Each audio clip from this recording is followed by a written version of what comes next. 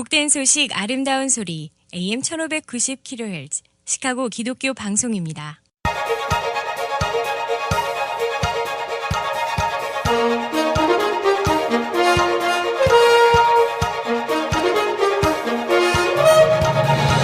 김정일 해설위원의 시사 해설. 세상을 넓게 봅니다. 삶의 지평이 넓어집니다.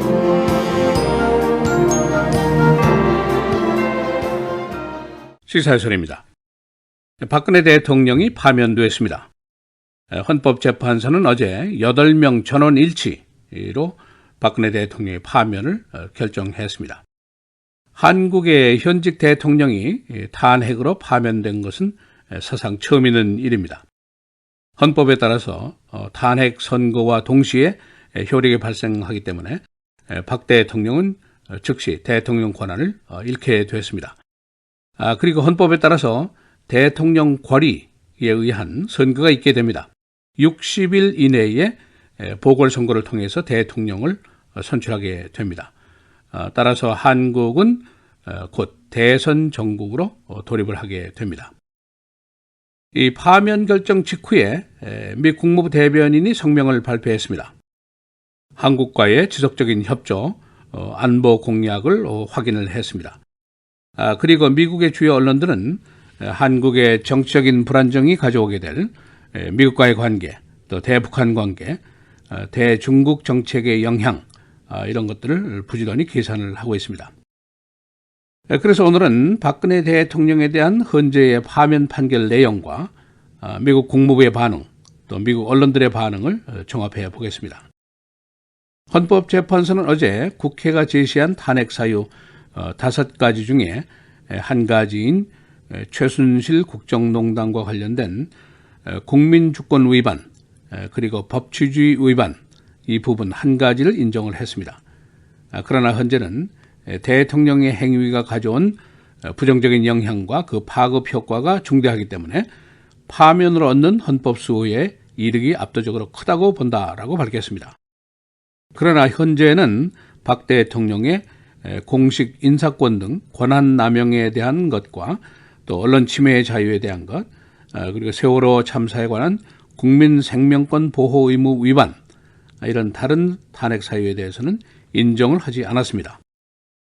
이 선거와 동시에 박 대통령 곧 신변 정리를 해서 이제 청와대를 떠나야 하는데 측근들은 박 대통령이 오늘 떠나지 않겠다고 밝히고 있습니다.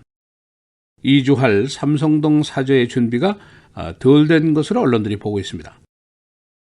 헌재의 판결에 대한 박 대통령의 대국민 성명, 이런 것도 없을 것으로 보이고 있습니다. 이 처음 있는 일이기 때문에 파면된 대통령이 청와대에 며칠이나 있을 수 있는지 그런 규정은 없습니다. 단지 신속하게 자리를 비워야 되는데 경호나 퇴임 준비를 미리 하지 않았던 것으로 보이고 있습니다. 박근혜 대통령은 2013년도 2월 취임한 지 4년여 만에, 그러니까 임기를 한 1년여 남긴 상태에서 청와대를 떠나게 됩니다. 바로 지난 10월 최순실 국정농단 사태로 박 대통령의 퇴진 요구 시위가 시작된 지 5개월 만에 있는 일입니다. 그리고 국회에 탄핵 소추안이 가결된 지 3개월 만에 박근혜 대통령이 파면이 되었습니다. 오는 5월경으로 예상이 되는 대선일까지는 황교안 대통령 권한 대행 체제가 계속이 됩니다. 한국은 이제 곧 대선 전국으로 이제 돌입을 하게 되고, 대선전에서는 문재인 씨 전 더불어민주당 대표가 당연히 선두입니다. 미국의 언론들도 여론조사 36%까지 기록한 문재인 씨가 정권을 잡을 가능성이 높은 것으로 보고 있습니다. 판결 직후에 미국 국무부는 마크 토너 대변인 소리를 통해서 성명을 발표했습니다. 한미 동맹은 이 지역의 안정 안보를 위한 키 요소이며 미국은 계속해서 동맹국으로서의 약속을 준수할 것이다. 특히 북한의 위협에 대처를 확고히 할 것이다 하는 내용의 성명이었습니다. 이 박근혜 대통령의 파면 소식은 전 세계 주요 뉴스들이 신속하게 보도를 했습니다마는 미국 주요 언론들 뉴욕타임스, 워싱턴 포스트, 월스트리트 저널, CNN, 블룸버그 통신 모두 신속하게 보도를 했습니다. 그리고 앞으로 한국의 전국에 대한 아주 깊숙한 분석들을 하고 있습니다. 그래서 주요 언론들의 관점을 간략하게 정리를 해보겠습니다. 첫째는 보수계의 후속 리더가 없는 만큼 진보계가 정권을 잡을 가능성이 높은 것으로 미국 언론들이 보고 있습니다. 그리고 대선 이슈는 북한 핵 문제, 한국과 미국과의 관계, 한국과 중국과의 관계, 대북 관계 이런 것들이 될 것이고, 만일 진보계가 정권을 잡게 된다면 햇볕 정책과 유사한 정책이 재개될 것이 아닌가 그렇게 보고 있습니다. 이렇게 되면 미국의 북한 고립 정책이라든가 중국에 대한 견제 정책이 좀 복잡하고 미묘하게 될 것이다 하는 우려를 언론들이 하고 있습니다. 두 번째는 주요 언론들이 문재인 씨에게 관심을 집중하고 있습니다. 그가 봉쇄 정책은 실패했다고 보고 있고 북한을 다시 협상 대상으로 전환해야 한다는 주장을 하고 있는데, 이번 주에 니키 헤일리 유엔 대사가 북한은 상대할 자가 못 된다라고 말했던 것과는 전혀 다른 톤입니다. 그는 사드 배치 결정은 한국이 미국과 중국 대결의 위험한 라이벌 다툼 속으로 끼어들어간 것이다, 그런 시각을 갖고 있다는 점을 소개하고 있습니다. 또 민주당이 지금 금주부터 시작된 사드 배치를 즉각 중지하라는 주장을 하고 있다는 점도 상기를 하고 있습니다.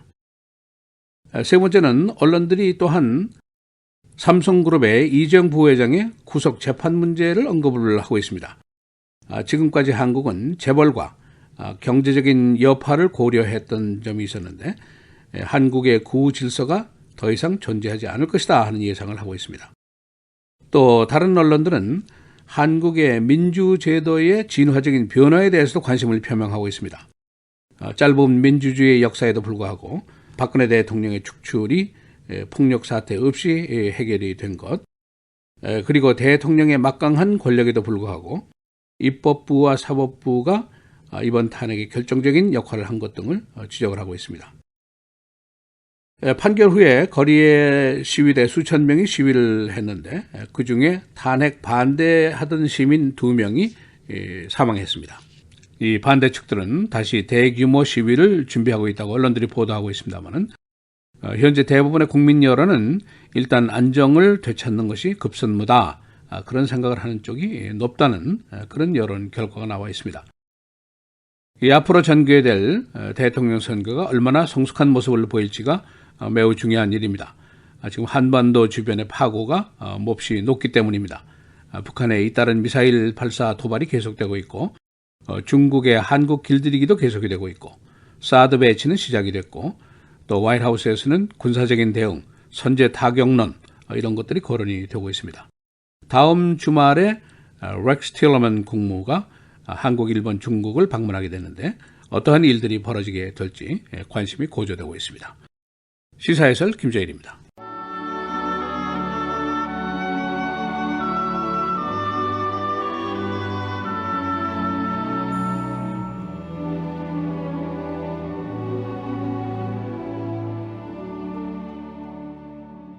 사랑은 오래 참고 사랑은 온유하며 시기하지 아니하며 사랑은 자랑하지 아니하며 교만하지 아니하며 무례히 행하지 아니하며 자기의 유익을 구하지 아니하며 성내지 아니하며 악한 것을 생각하지 아니하며 불의를 기뻐하지 아니하며 진리와 함께 기뻐하고 모든 것을 참으며 모든 것을 믿으며 모든 것을 바라며 모든 것을 견디느니라.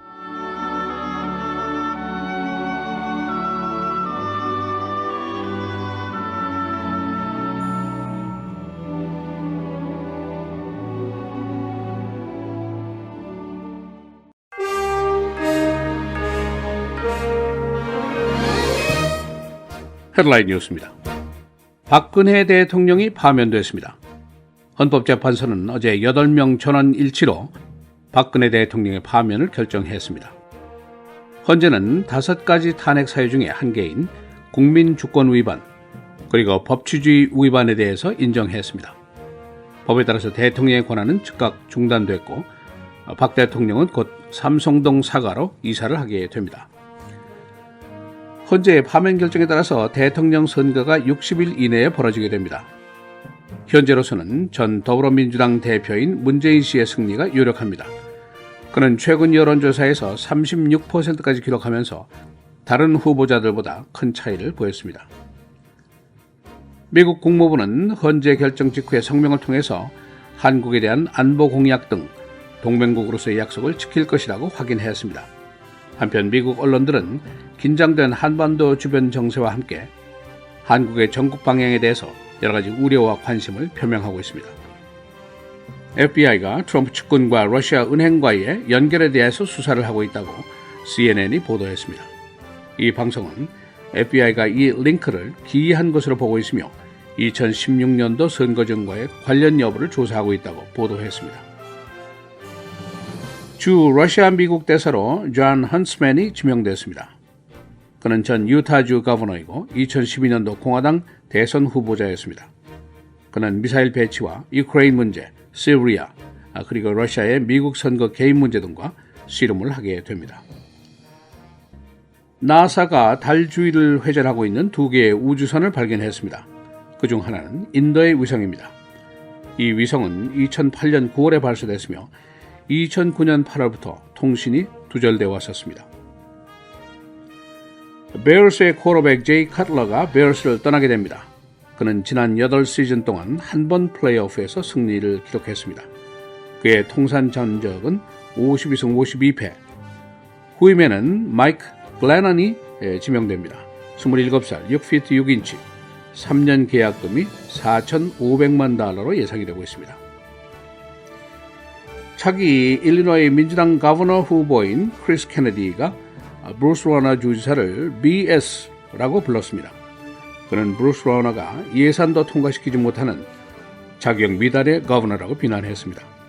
크리스 케네디는 케네디가의 인물이고 시카고 머천다이즈 마트의 매니저였습니다.